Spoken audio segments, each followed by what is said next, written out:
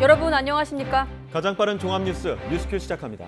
나흘 전 윤석열 대통령이 제안했던 담대한 구상에 대해서 김여정 노동당 부부장이 원색적인 표현까지 써가면서 거부 의사를 밝혔습니다. 조롱 가득한 북한 고위급의 반응, 그 이면에 담긴 속내까지 잠시 후 분석해 보겠습니다. 낯선 채널 번호를 외우게 하고 본방을 사수하게 만든 봄날의 햇살 같은 드라마 우영우가 종영했습니다. 우영우는 떠났지만 여러 고민들을 남겼고 생각하게 만들었습니다. 또 베테랑 신인 이정재 감독의 영화 헌트와 함께 다뤄보겠습니다. 네, 금요일 뉴스큐 오늘은 국회로 가보겠습니다.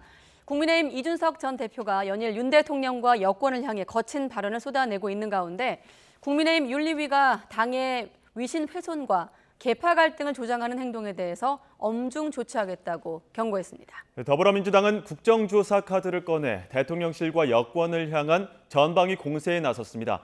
국회 취재기자 연결합니다. 김태민 기자. 네, 국회입니다. 네, 예고도 없이 국민의힘 윤리위가 입장문을 낸 건데 내용 전해주시죠. 네, 국민의힘 중앙윤리위원회는 오늘 오후 한 장 분량의 입장문을 배포했습니다. 여기에는 당원 당규를 위반해서 다른 사람을 모욕하거나 계파 갈등을 조장하는 당원은 예외 없이 엄정 심의하겠다는 경고가 담겼는데요. 그러면서 본인의 정치적 입장을 공개적으로 밝힐 때는 당의 위신을 훼손해서는 안 된다고도 지적했습니다. 최근 윤석열 대통령과 여권을 향해 연일 거친 발언을 쏟아내고 있는 이준석 전 대표를 겨냥한 발언이라는 해석이 나오고 있습니다. 일단 윤리위 관계자는 특정인을 염두에 둔 입장은 아니라고 선을 그었지만 오는 22일 열리는 윤리위 전체 회의에서 이 전 대표에 대한 추가 징계가 논의될 가능성이 주목되고 있습니다. 이와 함께 최근 제기된 혁신위 무용론을 둘러싼 논란이 커지자 주호영 비대위원장은 오늘 최재형 혁신위원장을 직접 만나 대화를 나누며 중재에 나서기도 했습니다. 들어보겠습니다.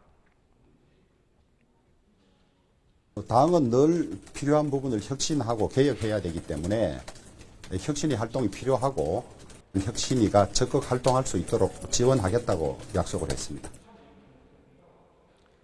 이처럼 여권 내부가 여전히 혼란스러운 가운데 비대위 활동 기간은 다음 주 이틀에 걸쳐 열리는 국민의힘 연찬회에서 정리될 것으로 보입니다.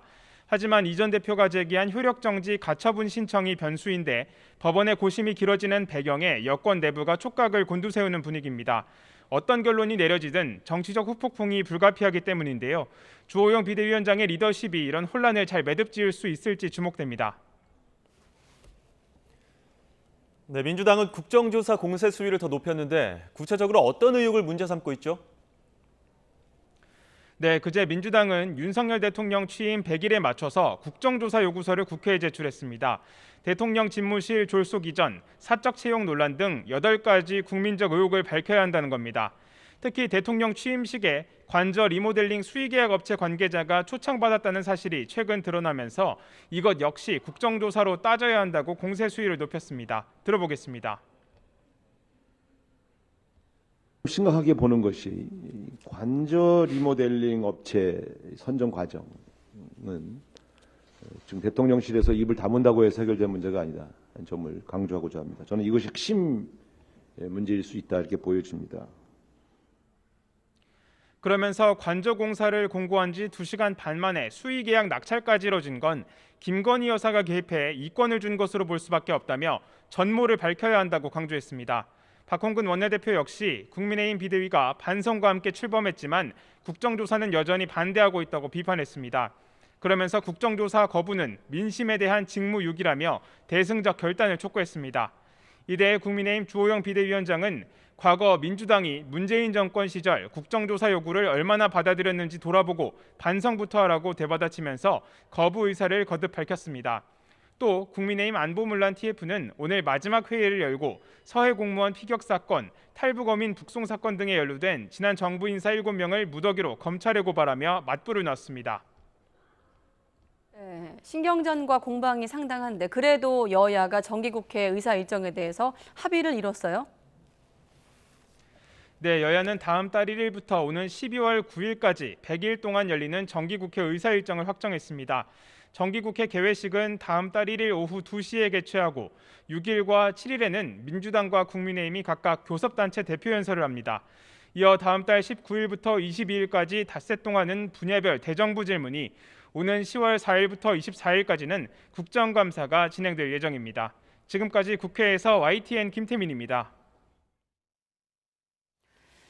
네, 그리고 비대위 전환에 반대하며 법적 대응에 나선 국민의힘 이준석 전 대표를 둘러싼 당 내부 갈등이 청년 정치인 간의 신경전으로 비화하고 있습니다. 최근 이 전 대표를 공개 비판한 장해찬 청년재단 이사장은 오늘 SNS에서 나는 국대다 출신의 20대 남성 대변인들, 20억대 재산을 신고해 돈 걱정 없이 정치만 하는 김용태 전 최고위원이 무슨 사회생활을 해봤느냐고 지적했습니다. 이에 대해 이준석 전 대표도 자신의 SNS를 통해 장 이사장이 정치적 위상이나 당위성에 대해 김 전 최고위원에게 뭐라고 해서는 안 된다고 반박했습니다. 이에 김용태 전 국민의힘 최고위원은 장 이사장의 배후에 누가 있는지 의문이라며 목소리를 높였습니다. 김 전 최고위원은 오늘 YTN 뉴스라이더에 출연해 현재 당직에 없는 장 이사장이 왜 이 시점에 국회에서 기자회견을 했는지 납득이 되지 않는다며 이같이 말했습니다. 또 이 전 대표를 향한 장 이사장의 비판이 진심이라면 왜 윤리위 징계 직후 당 대표가 돌아올 것을 전제로 한 직무대행 체제에는 반대하지 않았느냐고 지적했습니다. 윤석열 대통령의 국정수행 지지율이 2주 연속 소폭 상승하면서 28%를 기록해 하락세가 잦아들었다는 여론조사 결과가 나왔습니다. 같이 보시죠. 한국갤럽이 지난 16일부터 사흘 동안 전국 18세 이상 1000명한테 물은 결과 윤 대통령이 직무수행을 잘하고 있다라는 평가는 28%, 아니다, 잘못하고 있다라는 응답은 64%로 집계되고 있습니다. 일주일 전보다 각각 긍정평가는 3%포인트가 올랐고요. 부정평가는 2%포인트가 내린 수치입니다. 긍정평가만 따로 살펴보면 국민의힘 지지층이 58%, 70대 이상에서 57%로 가장 많았습니다. 지난주를 기점으로 대통령 직무 긍정률 하락세가 잦아들었는데 갤럽 측은 주로 여당 지지층과 70대 이상에서의 반등에서 비롯된 결과라고 분석했습니다. 특히 윤 대통령이 광복절 경축사와 취임 100일 기념 기자회견으로 국정 구상을 밝혔는데 과거에도 이런 형태의 소통 이후 기존 지지층이 호응한 사례가 있다고 설명했습니다. 더 자세한 내용은 한국갤럽 홈페이지나 중앙선거 여론조사심의위원회 홈페이지를 참조하면 됩니다. 네, 탈북 어민 강제 북송 사건을 수사하고 있는 검찰이 오늘 대통령 기록관을 압수수색하고 있습니다. 문재인 전 대통령이 당시 어떤 내용을 보고받았는지, 또 어떤 의사결정 과정을 거쳐 강제 북송을 결정하게 됐는지 등을 중점적으로 들여다볼 것으로 보입니다. 취재기자 연결해 자세한 소식 들어보겠습니다. 손효정 기자. 네, 서울중앙지방검찰청입니다. 네, 검찰이 오늘 대통령 기록관을 압수수색했다고요? 네, 서울중앙지검 공공수사 3부는 오늘 오후 세종시에 있는 대통령 기록관에 검사와 수사관들을 보내 압수수색을 진행하고 있습니다. 지난달 국정원 고발로 수사가 시작된 지 한 달여 만에 이뤄진 압수수색입니다. 검찰은 대통령 기록물 가운데 당시 정부의 의사결정 과정이 담긴 문서를 선별해 열람하는 방식으로 압수수색을 진행할 것으로 보입니다. 검찰은 지난 2019년 11월 당시 동료 선원 16명을 살해한 것으로 추정되는 탈북 어민 2명을 강제로 북한에 돌려보냈다는 의혹을 수사하고 있습니다. 앞서 국정원은 지난달 서훈 전 국정원장 등을 탈북 어민에 대한 중앙합동정보조사를 조기 종료시키고 통일부에 전달한 보고서에 귀순 관련 표현 등을 삭제한 혐의로 고발했습니다. 시민단체와 변호사단체도 각각 문재인 전 대통령과 정의용 전 국가안보실장 등을 직권남용과 불법 체포 등 혐의로 고발했는데요. 이후 검찰은 탈북 어민들이 북송되는 과정이 담긴 영상과 사진, 자필로 귀순 의사를 밝혔다는 보호신청서와 자기소개서 등을 확보해 실제 귀순 의사가 있었는지 등을 중점적으로 들여다봤습니다. 앞서 검찰 관계자는 어민들의 귀순 목적과 귀순 의사, 그리고 귀북 의사를 서로 구분해서 봐야 한다고 강조했는데요. 북한에 주민등록증인 공민증이 있는 사람은 외국인이란 입증이 없는 이상 출입국법에 따라 강제 퇴거할 수 없다는 대법원 판례도 소개했는데 사실상 당시 북송 결정이 위법했던 결론에 무게를 둔 것으로 풀이됩니다. 특히 당시 청와대가 북송 관련한 법리 검토를 요청해 법적 근거가 없다는 판단을 받았지만 북송 방침을 미리 결정했다는 의혹도 불거졌는데요. 검찰은 대통령 기록물을 확보해 각 부처가 청와대에 보고한 내용과 청와대가 북송을 최종적으로 결정한 과정을 집중적으로 들여다볼 것으로 보입니다. 또 이 과정에서 문재인 전 대통령과 참모진 사이 어떤 지시와 후속 보고가 있었는지도 중점적으로 살펴볼 전망입니다. 그동안 관계기관 실무자들을 참고인으로 조사한 검찰은 이번 주 서호 전 통일부 차관과 당시 강제북송 과정에 관여한 전직 판문점 공동경비구역 경비대대장을 피고발인 신분으로 조사했습니다. 확보한 대통령 기록물을 분석하는 대로 김현철 전 통일부 장관과 정의원 전 실장, 서훈 전 국정원장 등을 차례로 소환할 것으로 전망됩니다. 지금까지 서울중앙지검에서 전해드렸습니다. 네, 탈북 어민 사건은 서울중앙지검 공공수사 3부에서 맡고 있는데 검찰은 또 월성 원전 1호기 경제성 평가 조작 의혹 사건과 관련해서도 대통령 기록관을 압수수색하고 있습니다. 네, 검찰의 칼끝이 문재인 정부 윗선을 다시 향하고 있다는 분석이 나옵니다. 취재기자 연결합니다. 이상곤 기자. 네, 대전입니다. 네, 이 부분에 대한 압수수색도 진행 중입니까? 네, 검찰이 세종시에 있는 대통령 기록관에 검사와 수사관을 보내 압수수색을 진행하고 있습니다. 압수수색은 오늘 오전 9시 반부터 시작돼 오후까지 이어지고 있습니다. 대전지검 형사 4부는 대통령 기록관에서 월성원전 1호기 조기 폐쇄 관련 대통령 기록물을 열람하고 있는 것으로 알려졌습니다. 압수수색영장은 대통령 기록물 관리법에 따라 대전 고등법원장이 발부했는데요. 하지만 압수수색영장에 적힌 피고인이 누군지 혐의가 무엇인지는 확인되지 않았습니다. 수사팀은 대통령 기록관에서 원전 조기 폐쇄 결정 과정에 문재인 정부가 어떤 의사결정과 지시를 내렸는지 등을 확인하고 있는 것으로 전해졌습니다. 검찰이 대통령 기록관 압수수색에 나서면서 문재인 정부의 윗선을 향한 수사가 본격화됐다는 분석이 나오고 있습니다. 네, 월성 원전 사건에 대한 검찰 수사 어디까지 진행된 겁니까? 네, 현재 재판을 받는 피고인은 모두 7명입니다.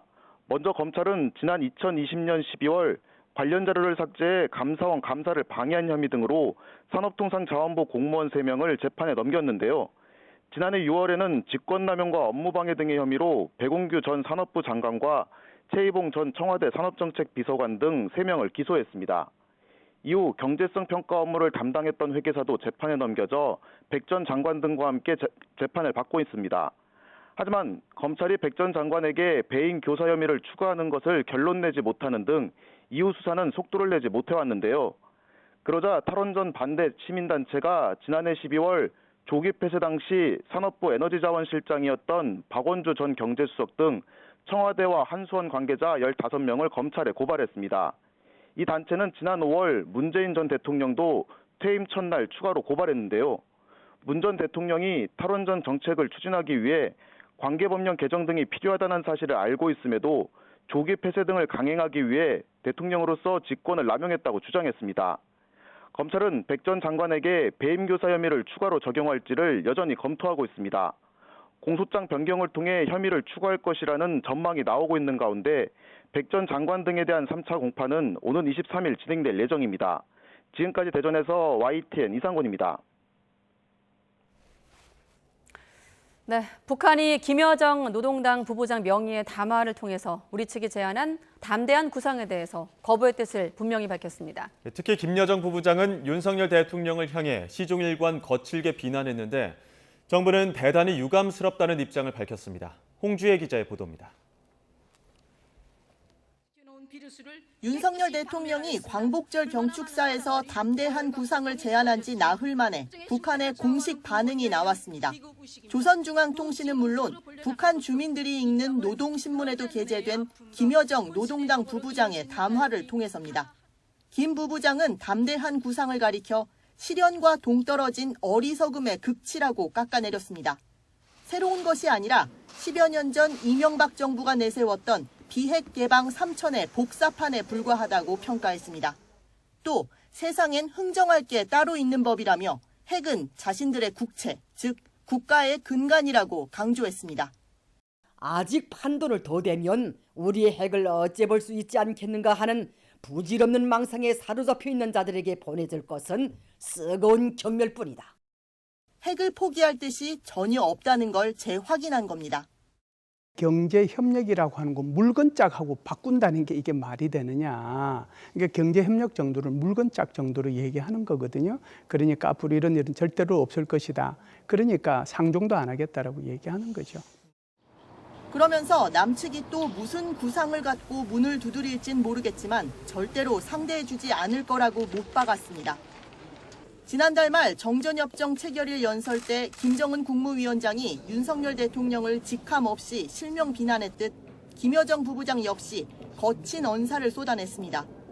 남한 당국의 대북 정책을 평하기에 앞서 윤 대통령 자체가 싫다는 원색적인 표현도 등장했습니다. 우리 정부는 강한 유감을 표명했습니다.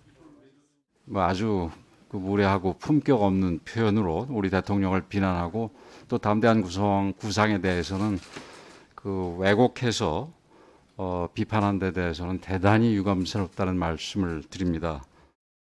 대통령실은 북한의 태도는 북한의 미래뿐만 아니라 한반도 평화와 번영에 결코 도움이 되지 않고 국제사회에서 고립을 재촉할 뿐이라고 경고했습니다.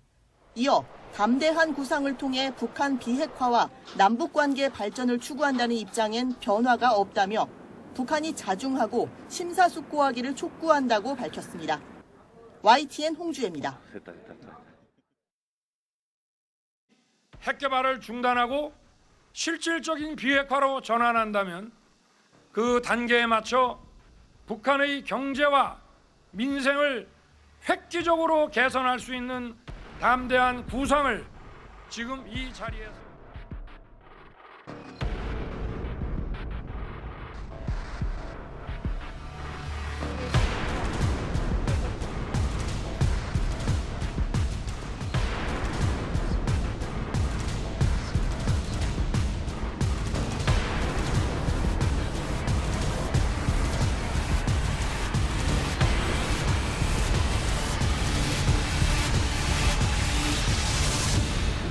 아주 무례하고 품격 없는 표현으로 우리 대통령을 비난하고 또 담대한 구상에 대해서는 왜곡해서 비판한 데 대해서는 대단히 유감스럽다는 말씀을 드립니다.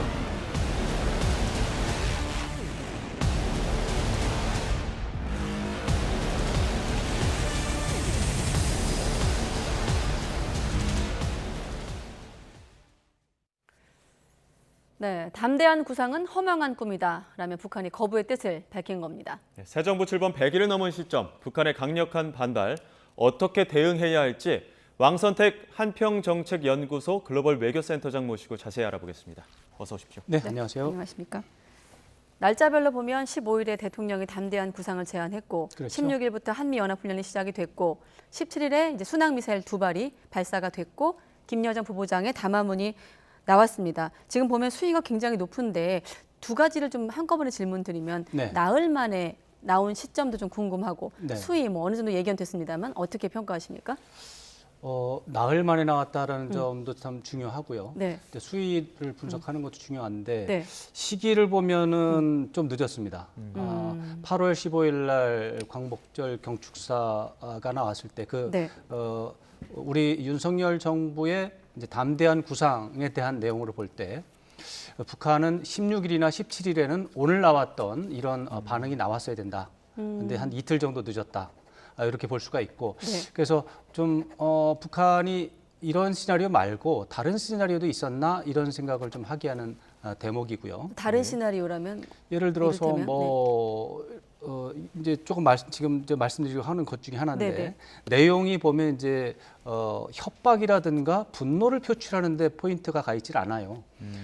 그 내용이 조롱하거나 무시하는 이런 쪽에 포인트가 가 있고 네. 어쩌면 한 두세 번 계산을 더 짚고 넘어가면 우리 국내 여론을 분열시키는 데 조금 더 포인트가 가 있지 예전처럼 분노감을 마구 표출하는데 그 목적이 있는 것 같지는 않습니다. 이런 부분들에 대해서 내부적으로 토론이 있었던 것 같은데 네. 그럼에도 불구하고 나흘 만에 광복절 경축사 굉장히 중요한 내용이거든요. 정권 출범하고서 이제 가장 대규모적인 가장 공식적인 연설인데 네. 대북 정책의 기조를 대통령이 직접 설명하는 그런 건데 좀 늦게 나왔다. 그리고 내용은 특이하게도 조롱하는 데 조금 더 포인트가 있다. 이렇게 볼 수 있겠습니다. 분노보다는 조롱이었다. 분노 이런 경우에 되게 분노 표출이거든요. 아니면 협박. 거의 뭐 한 70%, 80%가 그런 쪽인데 이번의 경우는 약간 다르다. 이렇게 말씀드릴 수가 있습니다. 내용을 좀 하나하나 짚어보게 되면 북핵 포기는 망상이다, 핵은 우리의 국채다 이런 이야기까지 했단 말이죠. 결국 비핵화에 나설 뜻은 전혀 없는 것 같아요. 조금 북한의 문법을 좀 살펴볼 필요가 있는데 예. 북한 김정은 위원장이 막연하게 비핵화한다고 한 적은 한 번도 없습니다. 예. 김정은 위원장이 비핵화에 대해서 말한 거는 상응한 조치가 있으면 안보 우려가 해소가 되면 예. 비핵화할 수 있다 이렇게 얘기했죠. 그래서 지금까지 문재인 전 대통령이나 트럼프 전 대통령과 약속한 부분이 전부 다 앞에 조건들이 다 있습니다. 예. 그 말씀드린 대로 안보 우려가 해소가 되면 네. 상응한 조치가 있으면 그런데 이런 부분이 안 됐기 때문에 비핵화 조치를 할 수가 없다라는 게 북한의 기본적인 입장이에요. 예. 이런 입장이 바뀐 적은 없어요. 네. 지금 김여정 부부장의 담화에도 그런 분석을 그대로 적용할 수가 있습니다. 북한은 비핵화를 막연하게 단순하게 수식어 없이 비핵화를 하겠다 안 하겠다 이런 말을 한 적이 없어요. 예. 그런 차원에서 북한은 뭐 기본적인 것이 유지가 되고 다시 말해서 조건이 맞으면 상응 조치가 있으면 안보 우려가 해소가 되면 비핵화 논의를 할 수 있다라는 부분을 여전히 갖고 있다 이렇게 봐야 되겠습니다. 예. 네. 어쨌든 이제 북한의 비핵화를 목표로 하고 있는 현 정부의 정책은 좀 수정과 전환이 불가피하지 않을까 이런 생각도 들거든요. 지금 시점에서 이제 북한의 반응이 이렇게 나왔다면. 지금 북한의 반응은 5년, 3년 전, 5년 전, 10년 전, 20년 전과 다르지 않습니다. 그럼에도 불구하고 우리가 정책을 변경할 필요는 없고요. 북한의 비핵화는 여러 가지로 잘못된 겁니다. 기본적으로 국제 안보 질서의 근간이 NPT, 비확산, 대량 살상 무기 비확산이라는 것이고 그중에서 가장 중요한 게 이게 핵무기를 보유하는 문제인데 네. 이것은 NPT 체제에 의해서 우리 정부도 거기에 협조하기 때문에 우리 정부도 스스로 핵무기를 만들지 않겠다라고는 입장을 유지하면서 이제 이 체제에 협조하면서 가는 건데 네. 지금에 와서 그러니까 그런 거에 의해서 북한에 대해서 비핵화를 하라라고 주장을 한 건데 네. 이제 와서 북한의 비핵화를 요구하는 것을 포기한다면 지금까지 해왔던 그 모든 정책이 잘못된 것을 자인하는 것이고 그리고 앞으로 좋아질 상황도 없어요. 북한의 핵무기 보유를 인정한다고 해서 좋아질 수 있는 부분이 하나도 없어요. 예. 그런 차원에서 만약에 그런 접근법을 한다면 우리 국가 이익에 정면으로 위반하는 손실이 가는 잘못된 네. 정책이다 이렇게 말씀드릴 수 우리가 예. 지금 담대한 구상에 대한 북한의 반응을 분석하고 있습니다만 네. 역으로 담대한 구상에 대해서 한 나흘이라는 시간 동안 북한이 고민했을 거라고 네. 하셨거든요. 뭐 일부에서는 김정은 위원장의 마음을 좀 흔들어 놨다라는 뭐 표현도 있었습니다만 역으로 북한이 지금 이런 조롱 섞인 반응을 내놓는 것에 대해서 관심 끌기 전략이다 이런 표현도 있고 북한은 지금 어떤 고민을 하고 있을까요? 담대한 구상에 관심 대해서. 끌기는 제가 볼 땐 약간 뭐 방향이 좀 잘못된 게 아닌가 싶은데 네. 말씀드린 것처럼 과거 사례를 보면 한 다음 날이나 이제 바로 다음 날쯤 이틀 뒤에는 반응이 나왔어야 돼요. 예를 들어서 2019년 8월 15일에 문재인 전 대통령이 이제 평화 경제에 대한 내용을 이제 광복절 경축사에 넣었단 말이에요. 네. 그 다음 날 북한이 담아 나왔잖아요. 그게 그 삶은 소대가리 그 유명한 발언입니다. 그게 이제 바로 다음 날이거든요. 그런 식으로 북한은 윤석열 정부의 대북 정책에 대해서 다 관찰하고 있고 준비하고 있습니다. 그럼에도 불구하고 이렇게 늦게 나온 것은 말씀드린 것처럼 단순하게 분노를 표출하고 적개심을 표출하고 협박을 하는 그런 것으로 나갈 것인지 예. 아니면은 또 다른 방법이 있는지 좀 고민을 좀 했는데 결론적으로는 무시하고 조롱하는 쪽으로 예. 그런 쪽으로 좀 결정을 했고 그 결정하는데 시간이 좀 걸렸다 이렇게 네. 봐야 되겠습니다. 조롱조라는 그 뉘앙스가 이제 하나하나 따져보게 되면 우리 대통령에게 인간 자체가 싫다 이런 이야기까지 했단 말이죠. 그게 이제 조롱에 해당하는 구체적인 그렇죠. 내용이죠. 그렇게 하면서 절대로 우리 정부 상대하지 않겠다 이렇게 얘기를 했는데 그렇죠. 이것도 절대적이라기보다는 조건부가 따라 붙어야 된다고 물론입니다. 보십니까? 어떤 조건이 필요할까요? 기본적으로 북쪽의 기준에서 말한다면 예. 남쪽의 정부는 남북관계 개선에 대해서 의지가 있으면 좋겠죠. 그죠? 남북관계 개선에 대한 의지가 있으면 좋겠고, 예. 그리고 남쪽 정부가 가지고 있는 정책이 북한이 원하는 쪽하고 좀 더 부합하면 그러면 좋겠죠. 예. 그랬을 때에 진보 정부 김대중 대통령 전 대통령이라든가 노무현 전 대통령, 문재인 전 대통령처럼 진보 정부 때는 남북 관계 개선의 의지는 있었어요. 예. 의지에 대해서는 북한 입장에서는 환영할 만한데 이게 전략적으로 봤을 때 여전히 그 흡수 통일이라는 점에 대한 문제가 있는 거예요. 네. 예. 그래서 그 부분을 바꾸기 위해서 노력을 많이 했다. 이런 특성이 있는데 보수적인 이제 정부가 들어섰을 때 남북 관계 개선에 대한 의지가 북한에서 볼 때는 없다라고 보는 경우가 많았던 것이죠. 거기에다가 네. 전략 자체도 흡수 통일을 넘어서 아예 북한을 그냥 제재하고 공격하는 그런 쪽으로만 이루어지니까 북쪽 입장에서 봤을 때는 그거에 대한 이제 반발을 하는 것인데 만약에 북쪽 입장에서 본다면 만약에 윤석열 정부가 남북 관계 개선의 의지를 보여준다면 그러면 태도를 바꿀 수 있습니다. 예. 그러나 현재처럼 의지, 정책에 대한 의지와 전략이 모두 다 북한에 대해서 적대적이라면 네. 북한 입장에서 봤을 때 긍정적으로 나올 수가 없다. 이렇게 볼 수가 있습니다. 네, 아까 왕 센터장께서 북한의 문법이라고 하셨는데 그렇죠. 사실 매해 거듭되는 북한의 어떤 도발 그리고 또 북한의 반응에 대한 해석을 합니다만 매해 그 문법을 해석하는 게 참 쉽지 않습니다. 그래서 이제 계속 보면은 일관성을 유지를 하고 있어서 예. 저 같은 경우는 좀 편리한 건 좀 있습니다만 아, 그렇군요. 이제 대체적으로 남쪽에서 일반적으로 생활하는 거하고 너무나 다르기 때문에 네. 혼란을 느끼는 경우가 있을 수는 있습니다. 네, 지금 햇볕 정책 얘기가 나와서 질문 드리면 과거의 햇볕 정책도 김대중 전 대통령의 햇볕 정책도 처음에는 이제 북한이 거부하다가 논의를 거쳐 나중에는 이제 그 좀 뭐 부분은 그런 태영호 의원 인터뷰도 오늘 나가기도 했고 지금과는 했는데 굉장히 좀 양상이 다릅니다. 아까 말씀드린 것처럼 북한은 남쪽에서 새로운 정부가 들어서면 네. 남북 관계 개선의 의지가 있는지를 봅니다. 기본적으로 의지가 있다 없다는 굉장히 중요한 겁니다. 두 번째로는 전략적으로 그것이 자기 북쪽한테 도움이 되냐 안 되냐 이걸 보는 것이죠. 예.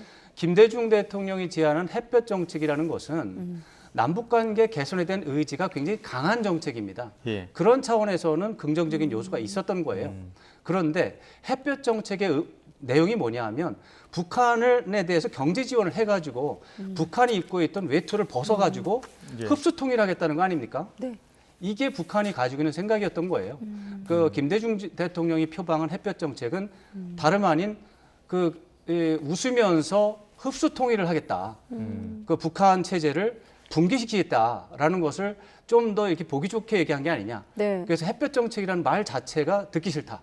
이렇게 얘기한 거거든요. 네. 그래서 그런 부분들이 정권 초기에 교환이 됐어요. 예. 김대중 대통령의 경우는 그렇다면 그 말을 쓰지 않겠다. 그렇게 해가지고 이거는 남쪽에는 잘 알려지지 않은 얘기지만 네. 예. 김대중 대통령이 스스로 햇볕 정책이라는 용어를 사용하지 않았습니다. 아, 그렇군요. 북쪽이 너무 싫어하니까. 네. 예. 그러고 북쪽에서는 햇볕 정책을 흡수통일이라는 말에 다른 어법이라고 생각하니까 그럼 굳이 북한이 싫어하는 말을 왜 쓰냐. 내가 예. 남북관계 개선에 대한 의지를 가지고 한 얘기인데 그냥 북쪽에다가 외투 이제 경제 지원, 외투 이제 춥다고 하니 옷을 좀 주겠다고 한 거지 외투를 벗기겠다고 하는 의지는 없었다. 예. 이런 식의 접근법이었기 때문에 궁극적으로 북한이 그렇다면은 남북관계 개선에 대한 의지를 높이 사겠다 예. 이렇게 한 네. 건데 지금은 그게 아니고 전략도 북한에 대한 이제 공격이고 의지도 남북관계 개선보다는 북한을 굴복시키겠다 이런 쪽으로 가 있다라고 보기 때문에 그때랑 지금이랑 비교하는 것은 이건 번지수가 다른 거죠. 현 정부 대응과 관련해서 지금 말씀해 주셨기 때문에 지금 대통령실에서는 유감이라고 표명을 했고 또 권영세 통일부 장관은 인내심 갖고 그래도 지켜보겠다 이런 입장이거든요. 이 부분에 대해서는 어떻게 좀 대응의 변화가 필요하다고 그리고 보시는 한 겁니까? 가지 질문을 또 여기에 얹으면 김여정 부부장이거든요. 우리로 말하면 한 차관급 정도 되는데 굳이 대통령실에서까지 여기에 대응하는 어떤 메시지를 냈어야 되느냐라는 또 해석도 있던데 덧붙여 질문드리면요. 그 말씀도 맞는 말씀인데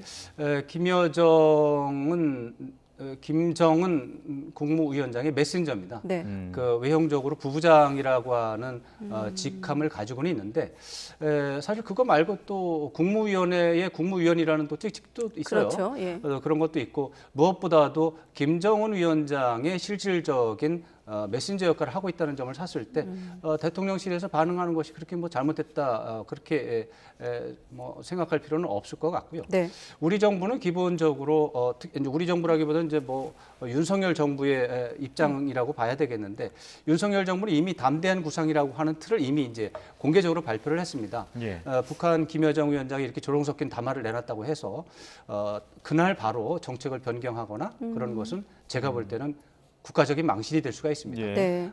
일단은 여러 가지를 생각해서 뭐 유감 정도의 입장 표명을 한 다음에 네. 이제 혹시라도 뭐가 잘못된 게 있으면 내부적으로 뭔가 좀 고쳐서 새로운 전기를 마련하는 게 좋지 즉각적으로 정책을 입장을 변경시킬 필요는 없을 것 같습니다. 네. 그리고 오늘 김여정 부부장 담화 이후 언론도 그렇고 시청자분들도 좀 궁금하신 부분 이 부분이 아닐까 싶은데 지금 보면 우리 군이 추적한 북한의 순항 미사일 발사 지점이 틀렸다 이렇게 네. 지적을 했는데 사실 그 거리가 직선 거리로 90km 정도 네, 떨어진 네, 곳이더라고요. 어떻게 이게 다른 겁니까? 알 수 없죠. 그거 정말 알 수 없습니다. 우리 군도 수정할 생각이 없어 보이고요. 그렇죠. 이제 네. 수정할 생각이 없다 이런 네. 입장을 밝혔기 때문에 뭐 우리 합참의 입장을 저는 기본적으로 지지합니다. 그동안 여러 차례 이런 유사한 상황이 있었는데 네. 문제는 북한의 탄도미사일이나 순항미사일 또 그것과 유사한 뭐 방사포 같은 그런 발사체들의 궤적을 추적하는 데 있어서 기술적으로 100% 우리가 역량을 다 가진 게 아니에요. 그리고 역량을 가지고 있어도 그 쉬운 문제가 아닙니다. 네. 그런 차원에서 우리 합참이 가지고 있는 정보를 볼 때 그렇게 판단할 수 있다라고 하는 것에 대해서 동의하는데 네. 또 동시에 이런 게 있습니다. 북한이 이 정도로 얘기한 것 중에서 거짓말한 적이 없어요. 그래서 그렇죠. 그래서 북한이 어떤 일을 가지고 부풀리거나 비틀거나 말 안 하거나 이런 거는 있는데 이 저 평양 남쪽에서 북쪽에서 쐈는데 남쪽에서 쐈다고 그렇게 말은 안 합니다. 네. 그런 차원에서 봤을 때 북쪽에서 한 말도 뭐 유의할 가치가 있다. 이렇게 되면은 제 입장에서 본다면 그러면 북한도 군사훈련을 지금 하고 있거든요. 네. 그러니까 양쪽에서 동시에 어떤 발사 행위가 있었던 건 아닌가 이런 생각이 좀 어떤 그런 혼란한 상황이 있을 수도 있겠다. 그러나 제가 드릴 수 있는 말씀은 네. 저는 기본적으로 합참 입장을 지지합니다. 네. 북한 합참이 우리 국가 단독으로 하기보다는 대개 미국의 정보 자산, 심지어 일본의 정보 자산까지도 참고를 합니다. 네. 그런 쪽에서 봤을 때 조금 더 촘촘한 정보 자산을 가지고 하기 때문에 저는 기본적으로 합참을 믿는데 북한이 틀린 적이 이런 유의 일에는 틀린 적이 없다라는 점을 볼 때 이런 다른 외적인 우리가 잘 알지 못한 제3의 시나리오가 있을 수도 있다 이런 말씀을 드리겠습니다. 조금 더 생각이 많아지는 질문이긴 하네요. 네. 네. 지금까지 북한의 화법이 비슷한 양상이었다 말씀을 해주셨기 때문에 네. 지금의 이 북한의 담화를 봤을 때에는 7차 뭐 핵실험을 미리 준비하는 것 아니냐 이런 임박한 것 아니냐 이런 분석들도 나오거든요. 북한의 다음 대응은 뭐라고 보십니까?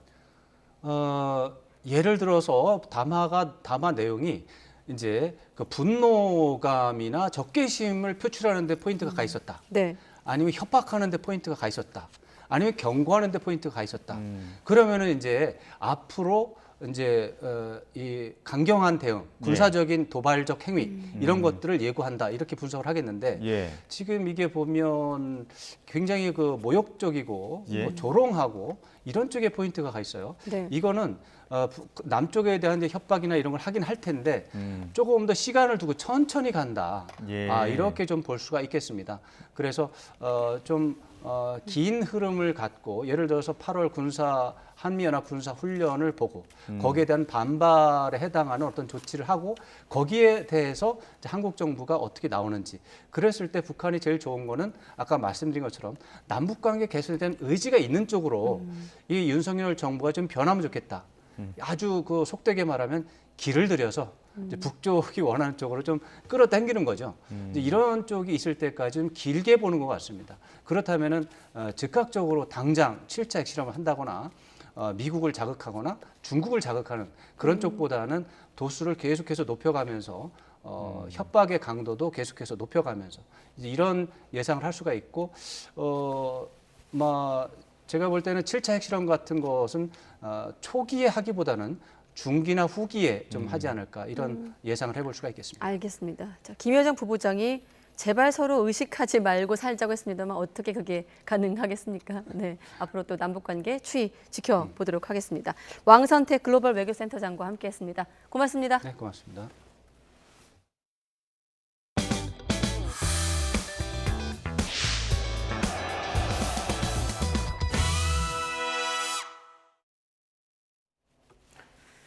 네, 운송료 인상 등을 요구하며 화물차 기사들이 파업에 나선 이른바 하이트 진로 사태가 100일을 맞고 있지만 협상은 제자리 걸음을 하고 있습니다. 네, 노조원들은 하이트 진로 본사에서 나흘째 농성을 이어가고 있는데요.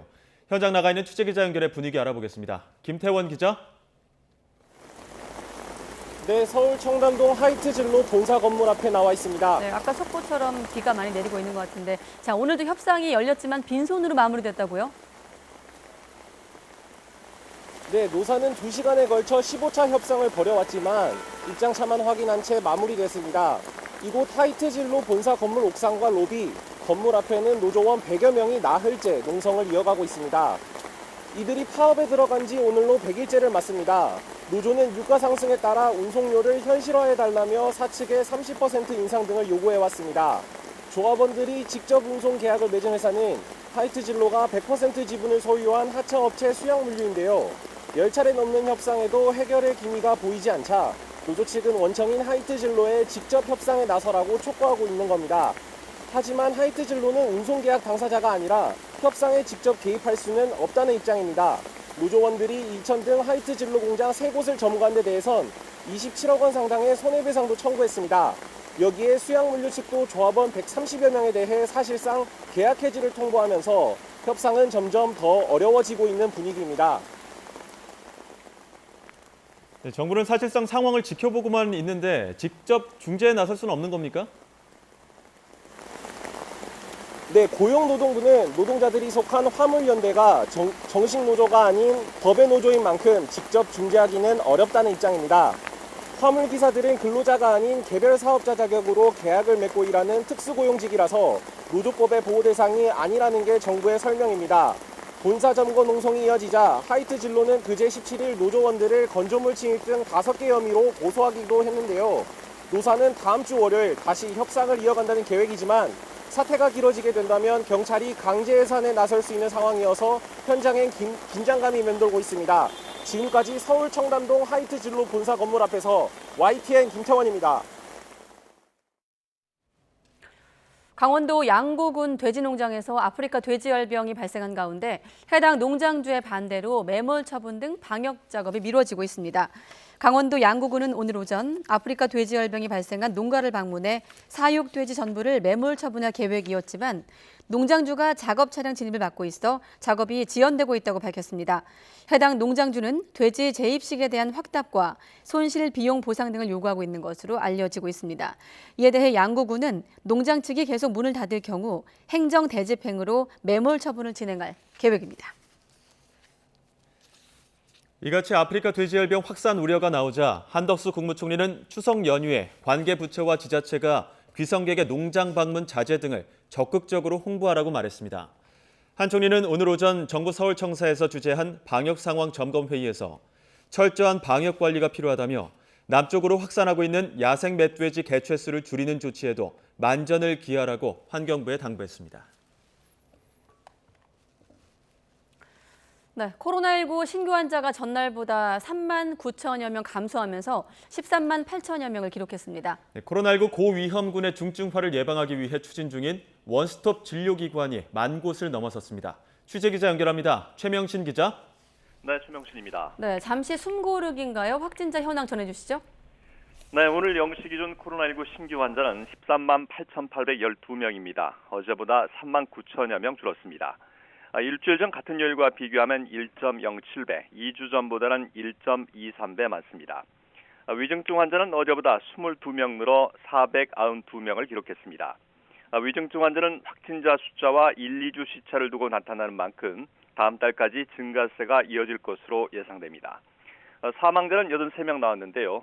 사망자가 80명대를 기록하기는 지난 5월 7일 이후 104일 만입니다. 중환자 병상 가동률은 45.7%로 전날보다 소폭 상승했습니다. 네, 재유행 확산세가 지속되고 있는데 코로나19 고위험군의 중증화를 예방하기 위해 추진하고 있는 원스톱 진료기관도 10,000곳을 넘어섰다고요? 네, 중대부는 먼저 여름철 이동량이 증가하고 감염 재생산 지수가 1.18로 7주 연속 1 이상을 기록하는 등 확산세가 꺾이지 않고 있다고 평가했습니다. 현재 코로나 지정병상 7,200여 개를 운영 중인데요. 이는 신규 환자 21만 6천 명에 대응 가능한 수준이라며 30만 명에도 대응할 수 있도록 더욱 매진하겠다고 강조했습니다. 정부는 코로나19 검사부터 진단 치료까지 한 번에 받을 수 있는 원스톱 진료기관을 12,000곳 확보했다고 밝혔습니다. 이는 전국 동네 병원과 의원 3곳 가운데 한 곳꼴입니다. 정부는 원스톱 진료기관 인근에 먹는 치료제 담당 약국을 지속적으로 확충하겠다고 밝혔습니다. 또 인터넷에서 코로나 관련 단어를 검색하면 원스톱 진료기관에 대한 정보를 쉽게 확인할 수 있도록 검색 기능을 고도화하기로 했다고 밝혔습니다. 정부는 특히 의료 정보 접근이 어려운 취약계층이 진료 시기를 놓치지 않도록 보호 방안도 마련하기로 했습니다. 재택치료 초기 단계에 있는 독거노인과 노인부부 등 취약계층의 건강 상태를 하루 2-3번 유선으로 확인하고 필요한 경우엔 방문 건강관리를 제공하기로 했습니다. 지금까지 사이부에서 YTN 최명순입니다. 세계보건기구 WHO 자문단이 노령 측은 코로나19 백신의 2차 부스터샷, 즉 4차 접종을 해야 한다고 처음으로 권고했습니다. 또 노령층의 구체적인 연령대는 각국의 상황에 따라서 자율적으로 결정하면 된다고 설명했습니다.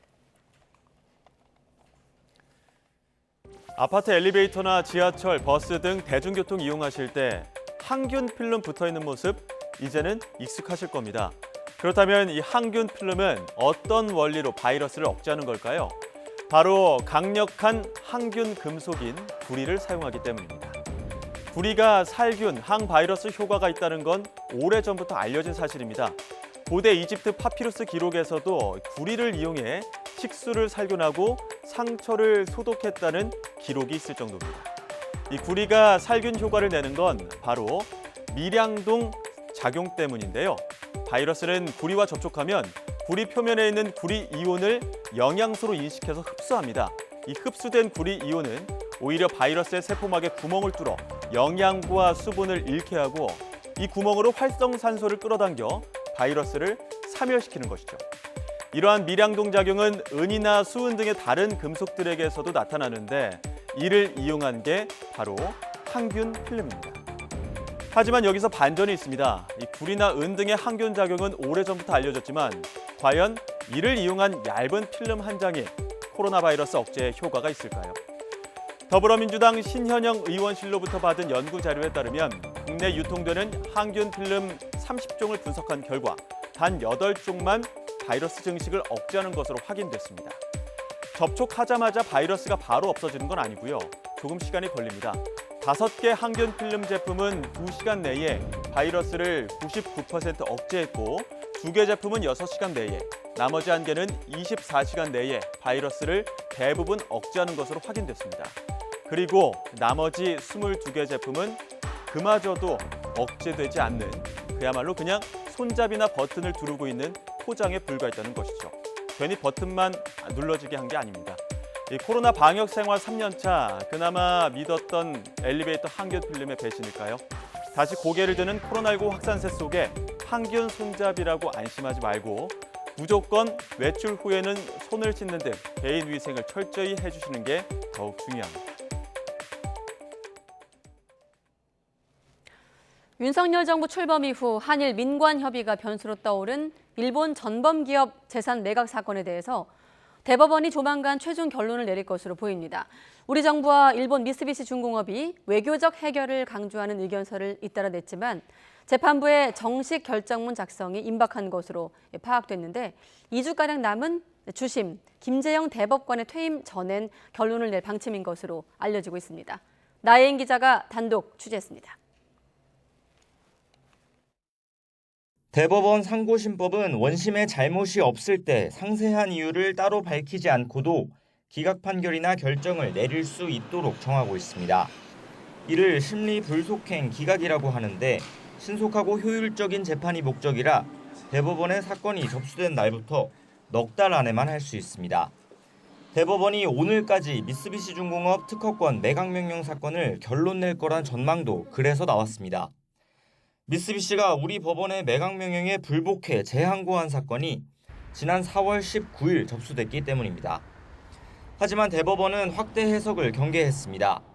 심리불속행 기각은 넉 달 안에 원심에 문제가 없다는 합의가 도출됐다는 전제에서 재판부가 선택할 수 있는 결정이지 반드시 해야 하는 건 아니라는 겁니다. 또 외교적으로 민감한 사건을 한 줄 이유도 없이 종결하긴 어렵다는 점도 재판부가 일반 사건처럼 정식 결정문을 낼 거란 관측에 무게를 더합니다. 현재 일제 강제동원 피해자 김성주 할머니가 당사자인 특허권 매각명령 사건의 주심은 다음 달 4일 퇴임을 앞둔 김재형 대법관입니다. 재판부는 늦어도 그 전에 이번 사건을 매듭 짓겠다는 방침을 정한 것으로 알려졌는데 조만간 결정을 내릴 수 있을 정도로 심리가 진전된 것으로 파악됐습니다. 이번 사건은 미쓰비시가 강제동원 피해자에 대한 배상 책임을 인정한 2018년 대법원 판결에 따르지 않아 불거졌습니다. 배상금 강제 집행을 위한 사실상 마지막 사법 절차인데 윤석열 정부 출범 직후 한일 간 외교적 협의가 논의되면서 대법원 결정에 관심이 쏠리고 있습니다. 최근 우리 외교부와 미쓰비시 측 역시 한일 민관협의회 같은 외교적 노력을 강조하며 대법원의 최종 판단을 사실상 보류해달라는 의견서를 내기도 했습니다. 하지만 매각명령에 앞서 미쓰비시 재산에 대한 압류 조처가 이미 지난해 대법원에서 확정됐다는 점에서 다른 결론이 나올 가능성은 작다는 전망이 지배적입니다. 이런 상황에서 박근혜 정부 때 강제동원 배상 소송을 두고 재판 거래 의혹으로 홍역을 치른 대법원으로선 더는 결정을 미룰 명분이 없다는 점도 부담입니다. 강제동원의 집행 절차를 지연시키려는 모습은 재판 거래의 피해자들인 강제동원 소송 원고들에게는 매우 충격적인 모습이었습니다. 이에 따라 미쓰비시 특허권 매각명령 사건에 이어 다른 강제동원 피해자 양금덕 할머니가 받아내고자 하는 상표권 현금화 사건 역시 쟁점이 비슷해 조만간 결론이 나올 것으로 보입니다. YTN 나힌입니다. 박진 외교부 장관은 강제징용 배상 판결 이행을 거부한 일본 기업의 국내 자산 매각과 관련해 결과를 예단할 수 없지만 대법원의 판단을 존중하겠다고 밝혔습니다. 박 장관은 오늘 국회 외교통일위원회 전체 회의에 나와 이같이 밝히고 한국 정부나 기업이 대신 배상을 하고 일본 측에 구상권을 청구하는 방식으로 문제를 풀어야 하지 않겠느냐는 질의에는 문제가 바람직하게 해결될 수 있도록 외교적인 노력을 기울이겠다고 답했습니다. 박진 장관은 또 해법 모색을 위해 강제징용 피해자들과 직접 만나겠다는 뜻도 밝혔습니다. 박 장관은 한 언론 인터뷰에서 강제징용 피해자들을 만나 직접 소통하는 방안을 적극 검토하고 있다면서 민관협의회에 참여하지 않은 피해자들도 있어 외교부가 직접 찾아가 설명하고 있다고 밝혔습니다.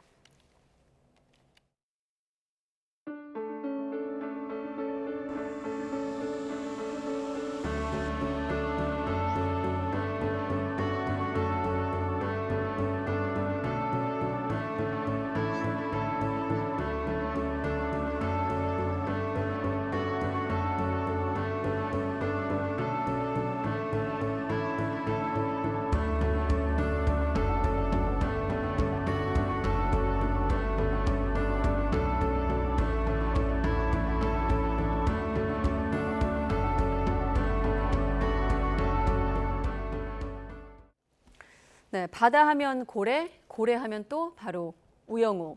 신드롬에 가까운 인기를 모았던 수목 드라마 이상한 변호사 우영우가 종영했습니다. 낯선 채널이라는 한계를 딛고 높은 시청률을 기록해 작품만 좋으면 얼마든지 성공할 수 있는 시대를 열었습니다. 송태엽 기자가 보도합니다. 드라마 이상한 변호사 우영우가 16회를 끝으로 막을 내렸습니다. 마지막 회 시청률은 17.5%, 첫 회 시청률이 0.9%였던 점을 감안하면 놀라운 기록입니다. 저희 첫 방송 이후로 지금까지 정말 저희가 깜짝 놀랄 만큼 큰 사랑을 주셔서요. 우영우를 떠올리실 때 여러분들 마음속에 기분 좋고 따뜻한 기억으로 남았으면 좋겠습니다. 자폐 스펙트럼 장애를 가진 천재 변호사를 주인공으로 한 우영우는 방영 내내 무공해 힐링 드라마로 화제가 됐습니다. 실화를 바탕으로 한 법정 이야기를 다루면서도 사회적 약자를 바라보는 따뜻한 시선으로 유쾌한 감동을 줬습니다. 이 세상에 많은 우영우 분들과 또 우영우가 아닌 많은 다른 분들께도 진심으로 감사하고 저도 또한 그분들을 열렬히 응원하는 바입니다. ENA라는 낯선 채널에서 방영돼 시청률에는 한계가 있을 것이란 예상도 있었습니다. 역시 저조한 시청률로 시작하나 싶었는데 입소문을 타고 3회차까지 2배씩 상승하더니 7회차에 접어들자 10%를 뚫고 올라갔습니다. 재미있다고 이름난 작품을 직접 골라보는 시청자들의 변화가 반영된 겁니다. 예상 밖의 돌풍으로 채널은 물론 지리산으로 쓴맛을 본 제작사도 단번에 서름을 씻어냈습니다. 제작사 A스토리는 우영우 웹툰에 이어 뮤지컬 제작에도 나섭니다. 작품성 하나로 2달 동안 시청자를 울고 웃긴 이상한 변호사 우영우. 작품만 괜찮으면 얼마든지 성공할 수 있다는 콘텐츠 시대의 새로운 가능성을 보여줬습니다. YTN 송태엽입니다. 네, 따뜻한 시선으로 세상을 보듬어 신드롬 현상을 빚은 드라마 이상한 변호사 우영우. 어제 그 막을 내렸습니다. 한편 한국 영화계에선 신인 이정재 감독의 헌트가 흥행몰이에 성공한 동시에 평단의 인정도 받고 있다는데요. 관련 이야기 나눠보겠습니다. 김성수 대중문화평론가 나왔습니다. 어서 오십시오. 안녕하세요. 김성수입니다. 사실 한 달 전쯤에 이 우영우 얘기를 평론가님과 했거든요. 그렇죠. 근데 어떤 기사를 보니까 제목이 용두, 용미 이렇게 표현을 하던데 평론가님 어떻게 보십니까? 용두, 예, 그 실제로 시청률은 용두가 아니었죠. 0.9에서 시작을 했고, 그런데 그 이후에 드라마의 진가를 알아본 그 시청자들이 계속 입소문을 냈고요. 특히 이제 넷플릭스에서 이게 공개가 되면서 또 그 화제를 증폭시키는 역할을 넷플릭스라는 플랫폼이 또 해줬어요. 그러면서 결과적으로는 우리 시대에 가장 한국인이 사랑했던 그런 드라마. 실제로 2013년서부터 지금까지 나온 드라마들 중에서 가장 많은 사람이 호감을 표시한 드라마로 손꼽혔다고 하는 그런 기사도 있었거든요. 그만큼 신드롬이 2위에 있는 신드롬이었다라고 평가하고 싶습니다. 예, 그 주인공 우영우를 통해서 뭐 유행어도 많이 등장했고 인사법도 등장하기도 했습니다. 또 말씀하신 것처럼 시청자들 반응도 좋았는데 시청자들 반응 먼저 한번 들어보도록 하겠습니다. 네. 들어보시죠. 약자 같은 약간 기존의 편견이 드러나는 역할로 많이 그려졌었는데 여기서는 오히려 장애인을 어떻게 우리가 함께 살아가야 되는지 약간 이런 것도 보여주면서 동질감도 느끼고 응원도 하게 되는 그렇게 그려낸 것 같아요. Did not have the same autistic traits that she did. I just really felt that was something that resonated with me and also shows just how big of a spectrum that autism truly is. 다양한 의미가 담겼지만 일단은 장애에 대한 편견을 깼다는 게 가장 큰 몫을 한 것 같습니다. 사실 저 헤일리 모스가 우영우의 모델이었던 사람인데 저렇게 평가를 해주니까 정말 박은빈 씨가 기쁠 것 같다는 생각이 드는데요. 기본적으로 자폐 스펙트럼 장애라는 그 장애 자체를 주목했던 작품도 많았고 또 그 장애를 갖고 있는 사람이 주인공의 구실을 하는 드라마도 많았어요. 근데 제가 왜 구실이라고 썼냐면 진짜 주인공 역할을 했던 건 이 드라마가 처음이었다고 저는 생각하는 게 이 드라마는 우영우의 시각에서 출발을 하고 우영우의 나레이션으로 마무리가 되는 그런 드라마예요.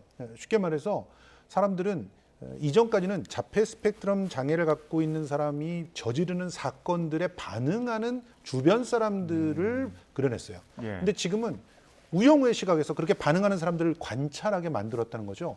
이 작은 어떻게 보면 변화인데 이 변화가 시청자들로 하여금 아, 나도 저런 장애를 갖고 있다면 저렇게 행동하겠구나라고 공감할 수 있게 만드는 다리 역할을 해줬다는 것이고 거기서 그치지 않고 모든 약자들이 똑같다라는 걸로 확대를 시켜줬어요.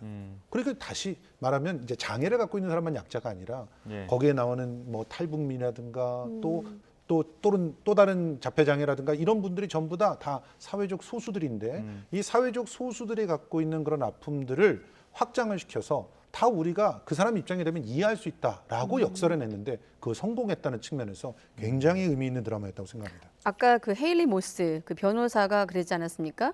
다른 자폐 스펙트럼 장애를 가진 사람을 변호하는 장면을 네. 언급을 했는데 사실 어떤 우영우란 그 주인공이 장애를 대표하는 것이 아니라 오히려 매개하는 또 역할을 했거든요. 맞습니다. 그런 측면에서 본다면 좀 어떤 역할을 했다고 보십니까? 그러니까 이 드라마는 여러 가지 주제들이 다 마지막을 향해서 가고 있어요. 그런데 거기에 두 가지 기둥으로 이 드라마를 갖다 이해하면 굉장히 좋을 것 같은데 네.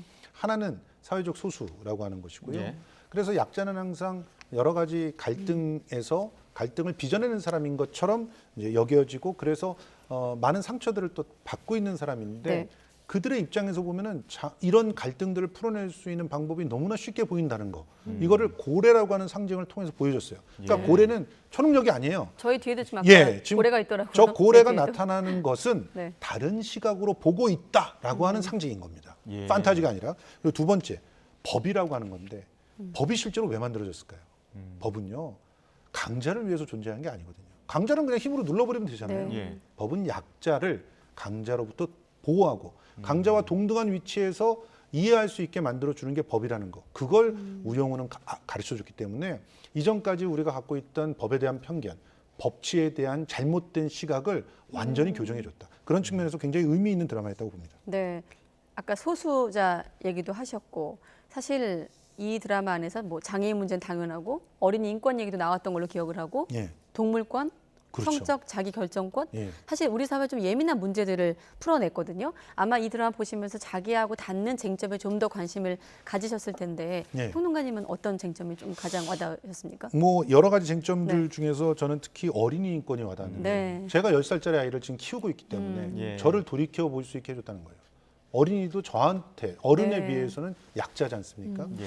그러니까 이 드라마가 그 행했던 마법은 약자를 혐오하거나 낮잡아 보거나 그러지 않고 약자의 시각에서 약자의 위치가 되어서 보게끔 해줬다는 거예요. 그래서 그것이 엄청난 힘을 가져왔고 네. 그러다 보니까 우리는 서로가 서로를 돌보면서 살아야 되는 존재구나. 예. 측은지심이라고 하는 게 인간의 기본적인 성정이구나. 측은지심이 없으면 아무리 겉으로 인간의 모습을 하고 있어도 인간이 아니구나. 이런 것들을 깨닫게 해줬기 때문에 네. 그런 측면에서 많은 각성을 가져온 드라마였던 겁니다.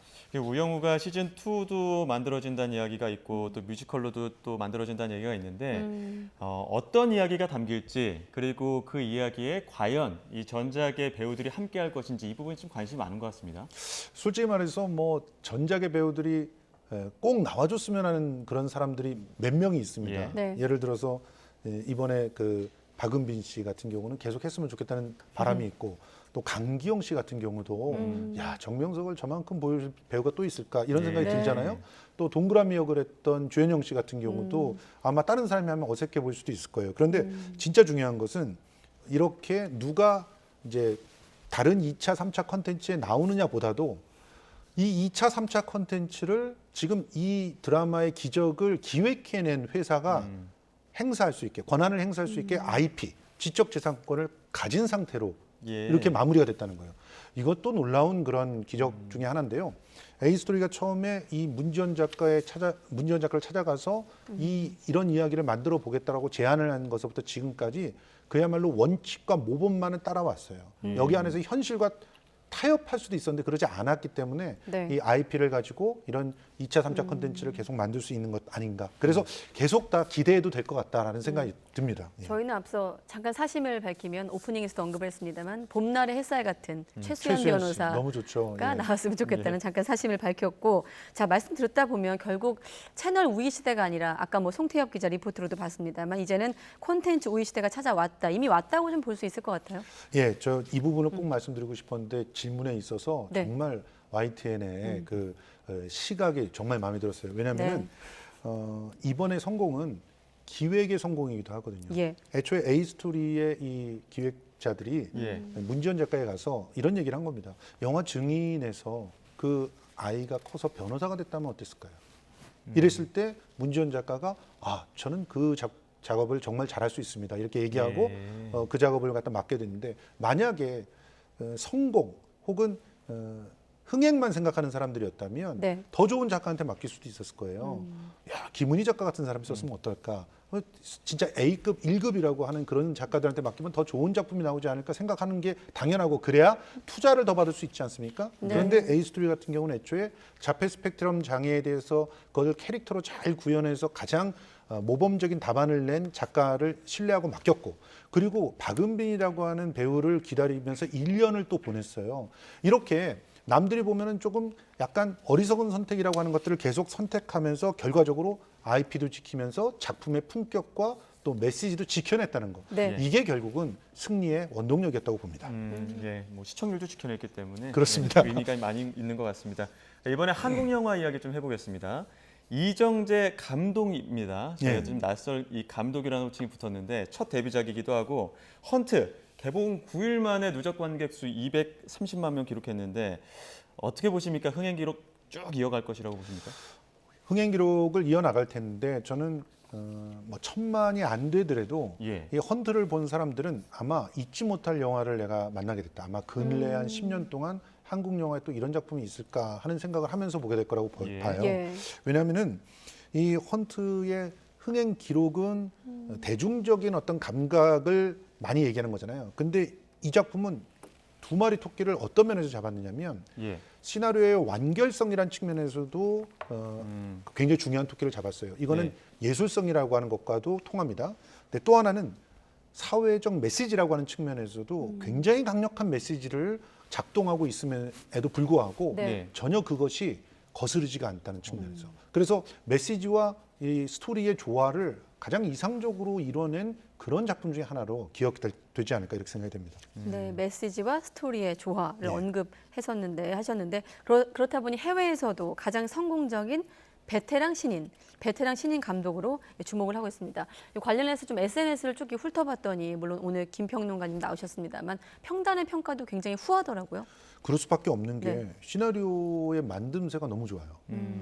그런데 아이디어나 이 전개해 나가는 그런 방식도 신선하거든요. 예. 그러니까 주목을 받을 수밖에 없는 거고요.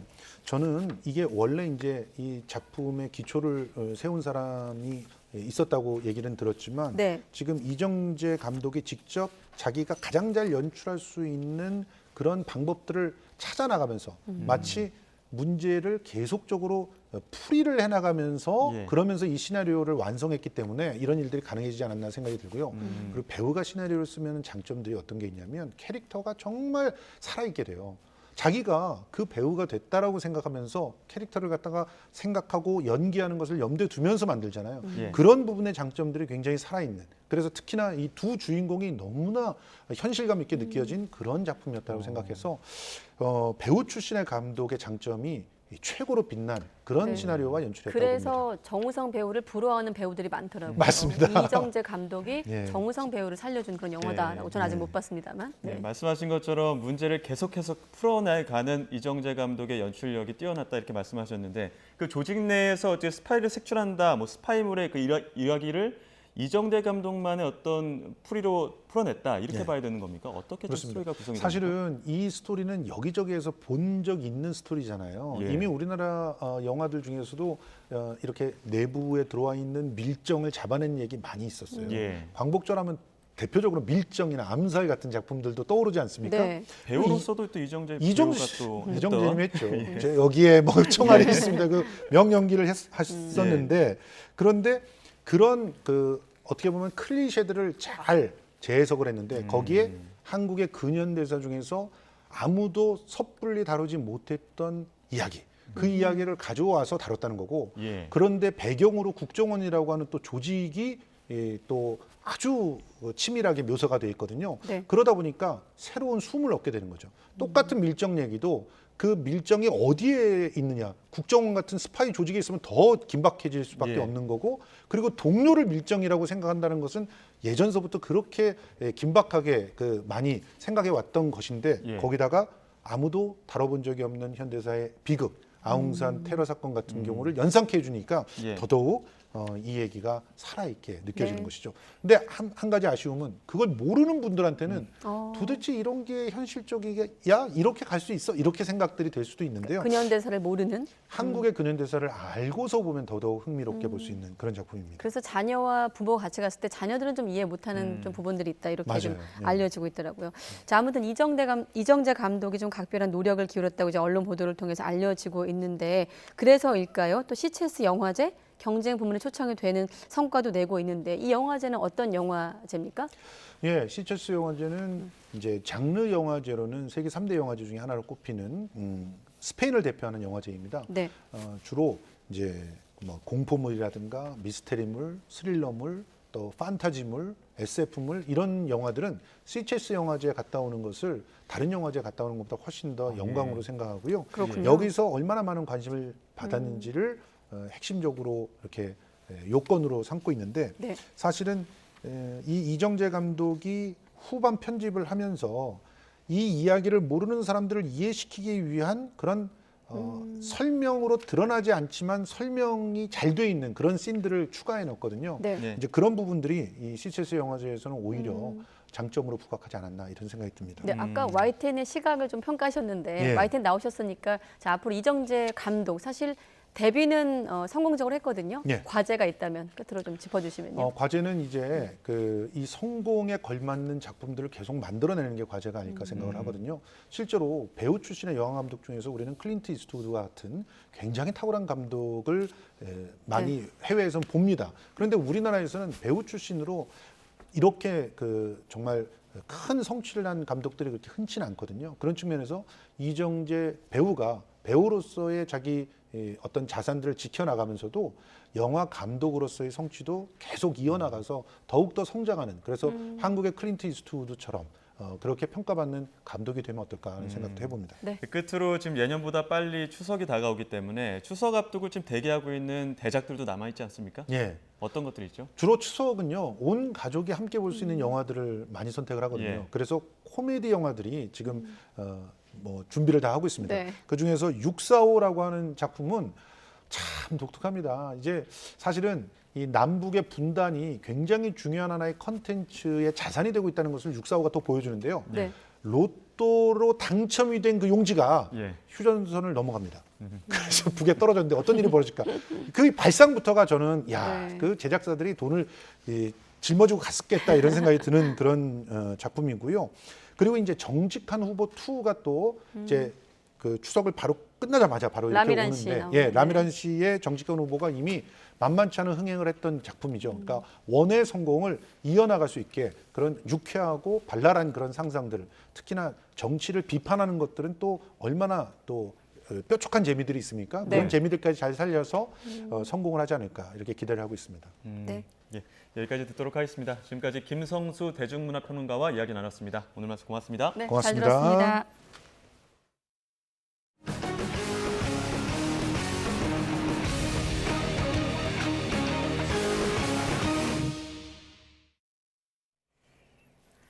네, 현재 경기 북부에 이어서 서울에도 1시간에 40mm 안팎의 장대비가 내리고 있어 각별한 주의가 필요하겠습니다. 네, 퇴근길까지 강한 비가 더 이어질 전망인데요. 취재기자 연결해 호우 상황 알아보겠습니다. 정혜윤 기자. 네, 문화세월가고입니다. 네, 서울의 호우주의보. 그렇다면 지금 강한 비가 내리고 있는 곳들 어디입니까? 네, 서울 대부분 지역입니다. 조금 전 4시 40분을 기해서 서울 서부권과 동부권에 호우주의보가 내려졌는데요. 서울 성북구 정릉동에 시간당 50mm에 육박하는 강한 비가 내리고 있고 강서구와 강북구, 동대문구, 종로구 등에도 시간당 40mm 안팎의 장대비가 쏟아지고 있습니다. 한랭전선을 동반한 강한 비구름이 북서쪽에서 빠르게 남하한 것이 원인인데요. 찬 공기를 동반하고 있어서 수도권을 중심으로 붉은색의 강한 띠 형태의 비구름이 형성된 겁니다. 하지만 이번 비는 강도에 비해서 지속 시간이 비교적 짧을 것으로 보입니다. 비구름이 빠르게 남하하면서 서울에 집중되고 있는 장대비는 앞으로 1시간 안에 경기 남부지방으로 더 확대할 것으로 보입니다. 따라서 퇴근길 무렵에는 경기 남부와 영서 일부 지역에도 시간당 20에서 30mm의 비가 집중될 전망입니다. 내일 새벽까지 경기 동부와 영서, 충청도, 경북 북동 내륙에는 최고 70mm, 서울 등 그 밖의 지역에는 최고 50mm의 비가 내리겠고 비가 그친 뒤 내일 낮부터는 다시 33도 안팎의 무더위가 찾아오겠습니다. 지금까지 문화생활과학부에서 YTN 정혜윤입니다. 네, 삼성전자 세탁기 2단 폭발 사고와 관련해 YTN 취재진이 전문가를 대상으로 취재한 결과 3가지 정도의 공통점을 발견했습니다. 네, 이를 토대로 폭발 원인을 유추할 수 있는데 정부 기관도 삼성전자를 상대로 본격적인 조사에 들어간 상태입니다. 황윤태 기자의 보도입니다. 둥그런 강화유리가 덩그러니 다용도실 바닥에 떨어져 있습니다. 접착제로 보이는 흰색 물질이 그대로 붙어 있습니다. 최근 강화유리 깨짐 현상이 잇따라 발생한 삼성전자 세탁기와 같은 모델입니다. 이곳 말고도 경기 부천시와 경남 김해시에서도 폭발음과 함께 유리가 통째로 떨어졌다는 제보들이 이어졌습니다. 본드 이걸로 이 유리가 지탱이 되냐고라고 얘기했거든요. 마치 보면 그 양면 테이프 붙이고 나면 자국 남은 것처럼? YTN 취재진이 여러 전문가와 업계 관계자들을 상대로 취재한 결과 폭발한 세탁기의 공통점은 크게 3가지로 나뉩니다. 동일한 모델에서 사고가 발생했고 생산 시기가 비슷하다는 점, 그리고 무더운 여름에 깨짐 현상이 집중적으로 발생했다는 점입니다. 결국 세탁기 본체와 강화유리 사이에 있던 접착제가 녹아 흘러내려 사고가 난 것으로 추정됩니다. 애초 강화유리가 세탁기의 진동을 견디지 못하게 아예 잘못 설계됐을 가능성도 함께 제기됩니다. 삼성전자도 공식 입장을 통해 일부 모델의 강화유리가 접착 불량 등으로 이탈하는 사례가 발생했다고 공식 확인했습니다. 그러면서 고객들에게 불편과 심려를 끼친 데 대해 진심으로 사과한다고 밝혔습니다. 다만 아직까지는 무상교체와 함께 사전 점검만 권유하는 상황입니다. 정부 차원에서도 본격적인 조사에 들어갔습니다. 한국소비자원이 삼성전자의 사고와 관련된 사실 확인을 요구하는 공문을 보낸 데 이어 산업통상자원부 산하 국가기술표준원에서도 삼성전자의 사고 관련 통계와 원인에 대한 정보를 요구하는 공문을 보내 본격적인 조사에 착수했습니다. 자료 요청을 내보내서 자료를 오면 이제 검토를 저희가 하고요. 필요하면 어떤 위원회를 통해서 이렇게 할 수도 있고 아니면 저희 자체로 검토할 수도 있고. 이와 별개로 일부 소비자들은 삼성전자를 상대로 법적 대응을 준비하고 있습니다. YTN 황윤태입니다. 네, 인터넷으로 물건을 주문할 때 제주도와 같은 섬 지역은 비행기나 배 이송 비용을 추가로 내야 합니다. 네, 만약 다리나 터널로 육지와 연결된 연륙도의 경우라면 굳이 추가 배송비를 낼 필요가 없겠죠. 하지만 법규 미비로 인해 연륙도 주민들에게 추가 배송 비용을 부담시키는 관행이 사라지지 않고 있습니다. 제보는 Y 양동훈 기자입니다. 충남 보령시 원산도에 사는 김석환 씨는 택배를 받을 때마다 섬 밖으로 나갑니다.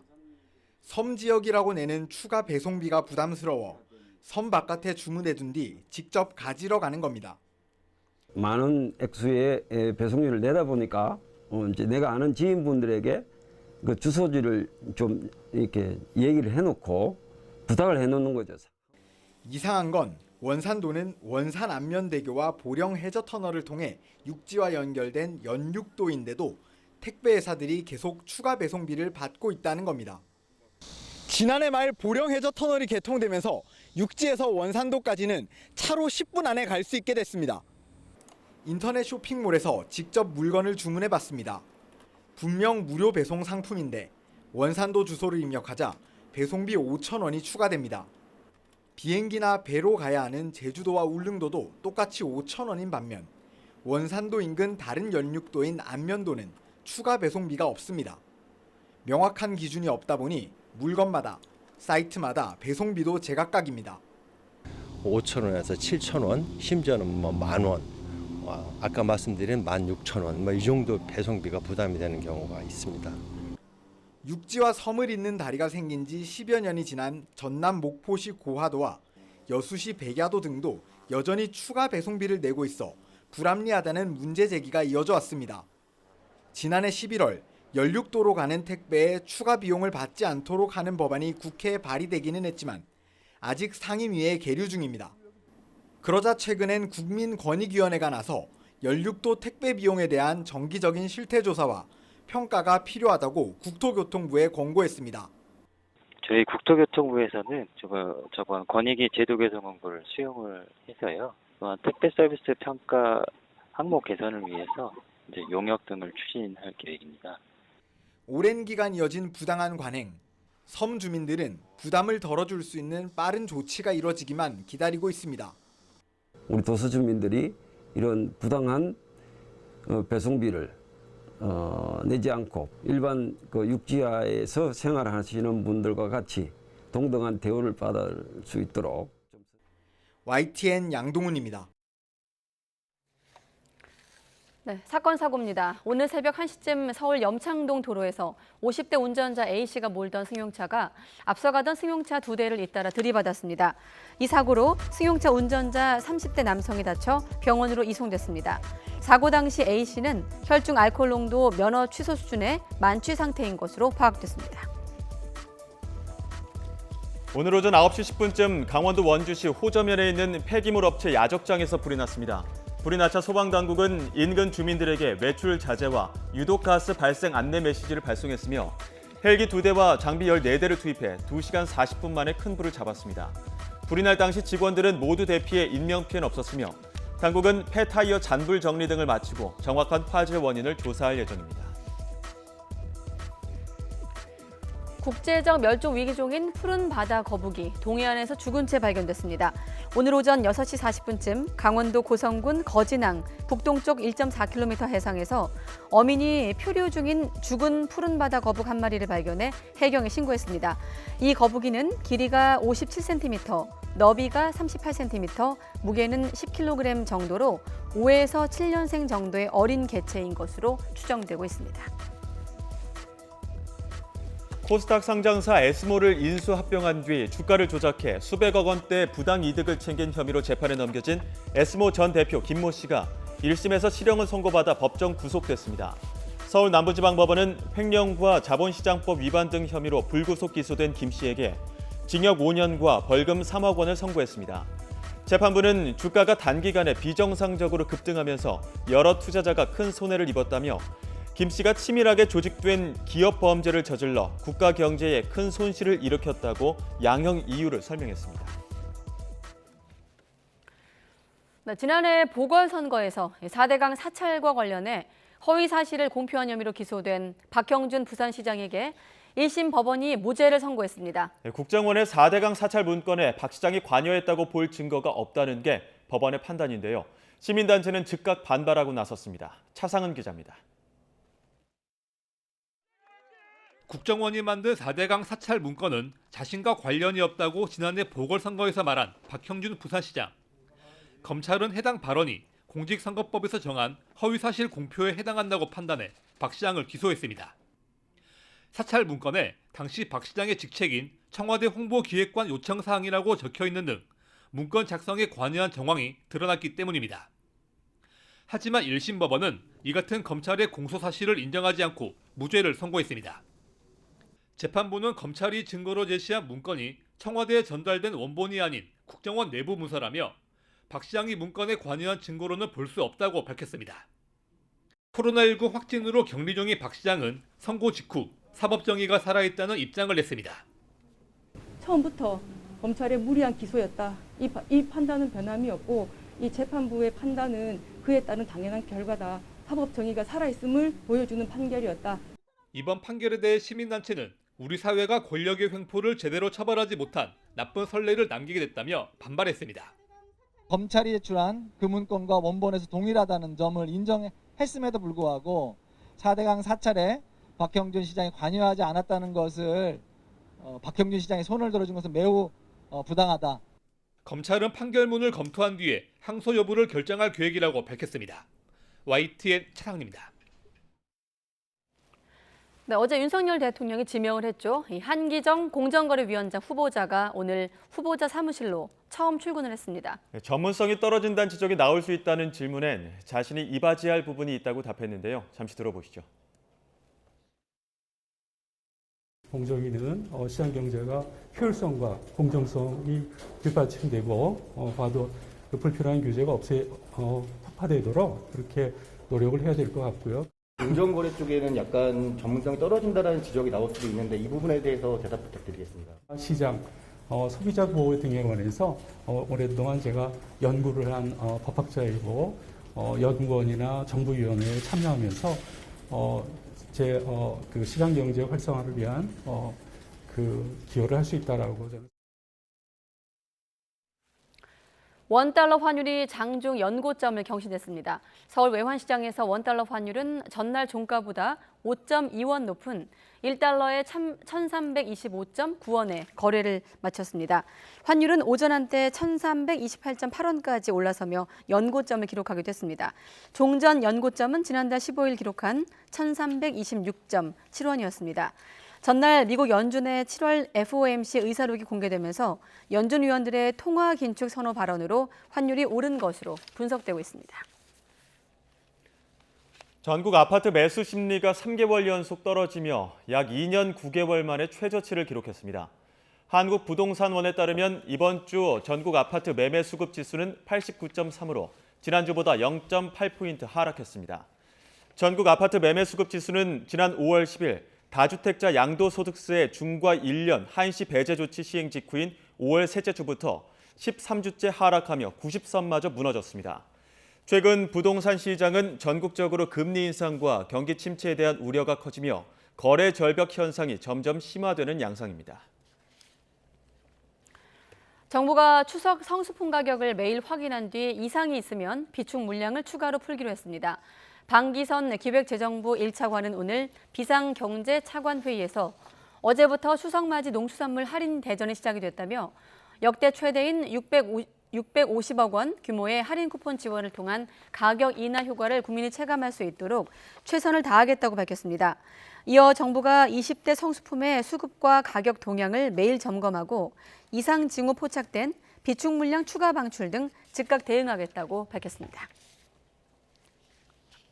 이재용 삼성전자 부회장이 복권 후 첫 대외 행보로 경기도 용인시 기흥 캠퍼스에 들어서는 연구개발단지 착공식에 참석했습니다. 이 부회장은 기공식 축사에서 40년 전 반도체 공장을 짓기 위해 첫 삽을 뜬 기흥 사업장에서 새로운 도전을 시작한다며 기술 중시, 선행 투자의 전통을 이어나가자고 강조했습니다. 삼성전자는 오는 2028년까지 약 20조 원을 들여 연구단지를 조성하고 메모리와 시스템 반도체 등을 개발할 계획입니다.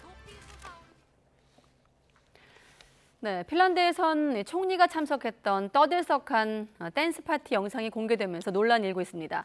사생활인데 어떠냐, 옆 나라 러시아의 전쟁 도발에 이럴 때냐, 수긍과 비판이 엇갈리고 있습니다. 우리도 한번 판단해보죠. 임수근 기자입니다.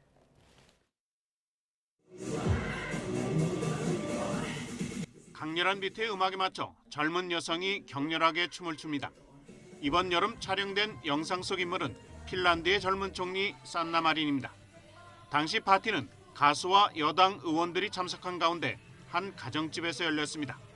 사적인 모임이라 해도 한나라 총리의 모습이라 당혹스러운 데다 영상에서 코카인을 지칭하는 은어가 들렸다는 보도까지 나왔습니다.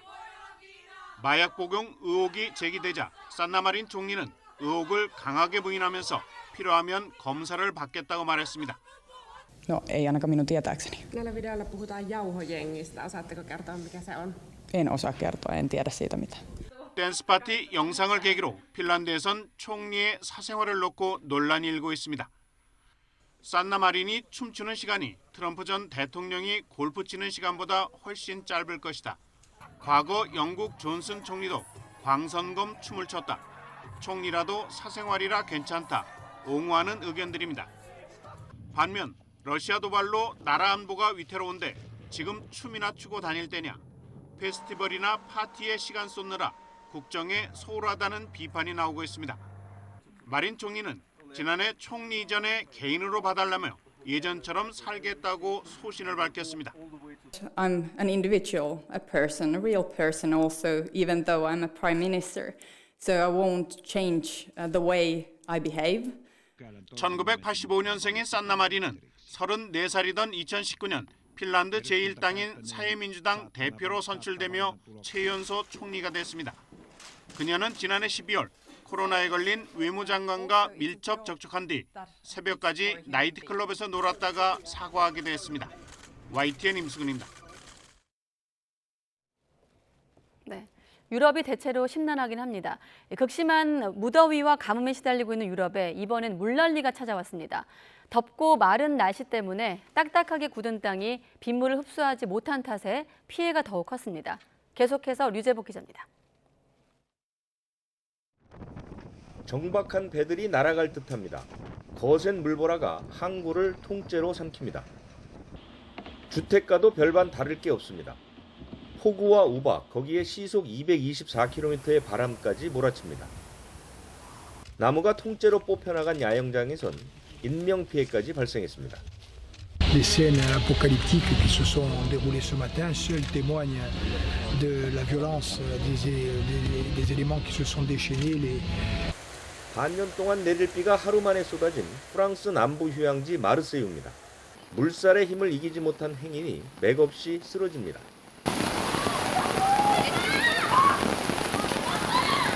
하루 300mm가량 비가 내리자 더는 물을 머금지 못한 산이 흙더미를 쏟아냅니다.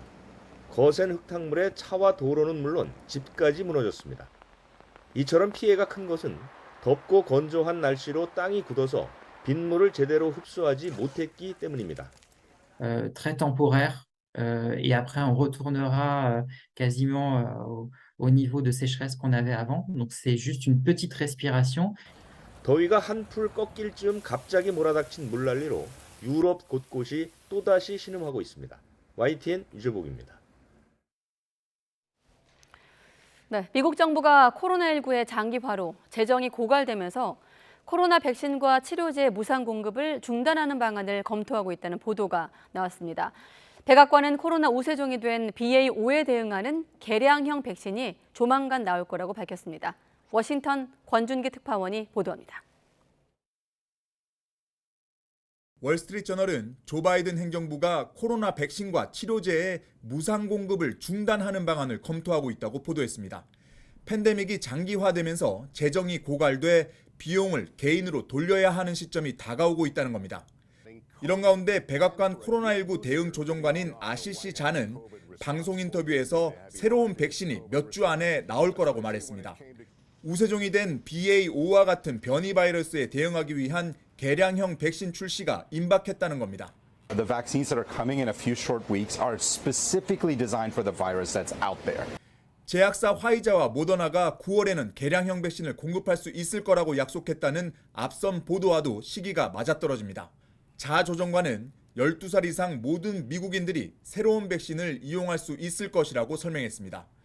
그러면서 매년 접종하는 독감 백신처럼 코로나 백신도 매년 새롭게 맞아야 할 것으로 전망했습니다. Just like the flu vaccine where people need to get updated once a year, we probably need to continue to get updated with COVID vaccines on an ongoing basis. 공공 의료 시스템이 취약한 미국에서 코로나 백신과 치료제를 유료화할 경우 향후 코로나 대응에서 더 큰 취약점을 드러낼 수 있다는 우려도 동시에 나오고 있습니다. 워싱턴에서 YTN 권준기입니다. 네, 일본 홋카이도 남부에 있는 한 신사 경내에서 원인을 알 수 없는 거대한 물기둥이 솟구쳐 올라 열흘 넘게 멈추지 않고 있습니다. 지난 8일 일본 홋카이도 오시야만 배초에 있는 이이나리 신사 경내에서 솟아오른 이 물기둥은 이렇게 높이 지상 30m를 넘는 상태로 멈추지 않고 12일째나 이어지고 있습니다. 신사 관계자는 처음 물기둥을 봤을 때는 온천인 줄 알고 놀랐다면서 60여 년 전에도 이런 일이 있었는데 그때는 분출 지점을 막아 멈추게 했다고 밝혔습니다. K-팝 걸그룹의 대표 주자 블랙핑크가 1년 10개월 만에 컴백했습니다. 블랙핑크는 오늘 정규 2집 앨범 수록곡 핑크 베놈과 뮤직비디오를 선공개했습니다. 핑크 베놈은 강력한 비트 사이에 전통 국악기 사운드를 넣었고 뮤직비디오에는 검은고를 포함해 한국적인 정체성을 담은 아이템을 배치했습니다. YG 엔터테인먼트는 창사 이래 최고 제작비가 투입된 이번 뮤직비디오에 압도적 규모의 세트와 화려한 퍼포먼스로 분홍과 독이라는 핑크 베놈의 대조적인 심상을 풀어냈다고 설명했습니다. 현재 중북부와 경북 북부를 중심으로 비가 내리고 있습니다. 특히 서울 동부권과 서부권에는 시간당 40mm 안팎의 장대비가 쏟아지면서 호우주의보가 내려졌는데요. 지금 강한 비를 뿌리고 있는 비구름이 빠르게 이동하면서 점차 다른 지역에도 순식간에 많은 양의 비가 쏟아지겠습니다. 앞으로 충청 지방으로도 비가 확대되겠고 내일은 비구름이 남하하면서 주로 남부지방을 중심으로 오락가락 비가 내리다가 오후에 대부분 그치겠습니다. 내일 새벽까지는 경기 동부와 영서지방에, 내일 새벽부터 오전 사이에는 충청과 전북을 중심으로 돌풍과 벼락을 동반한 시간당 30mm 안팎의 강한 비가 쏟아지면서 최고 70mm의 비가 오겠고 다른 지역에는 5에서 50mm의 비가 내리겠습니다. 오늘 남부지방은 폭염특보가 내려진 가운데 무더위가 계속됐는데요. 내일은 서울 낮 기온이 32도, 대전도 32도, 광주 31도, 대구 32도까지 오르는 등 대부분 지역에서 무더위가 기승을 부리겠습니다. 일요일인 모레는 맑은 날씨 속에 무더운 날씨가 이어질 전망입니다. 날씨 정보였습니다. 가장 빠른 종합뉴스 뉴스큐 마치겠습니다. 이어서 이브닝 뉴스가 방송됩니다. 시청해주신 여러분 고맙습니다.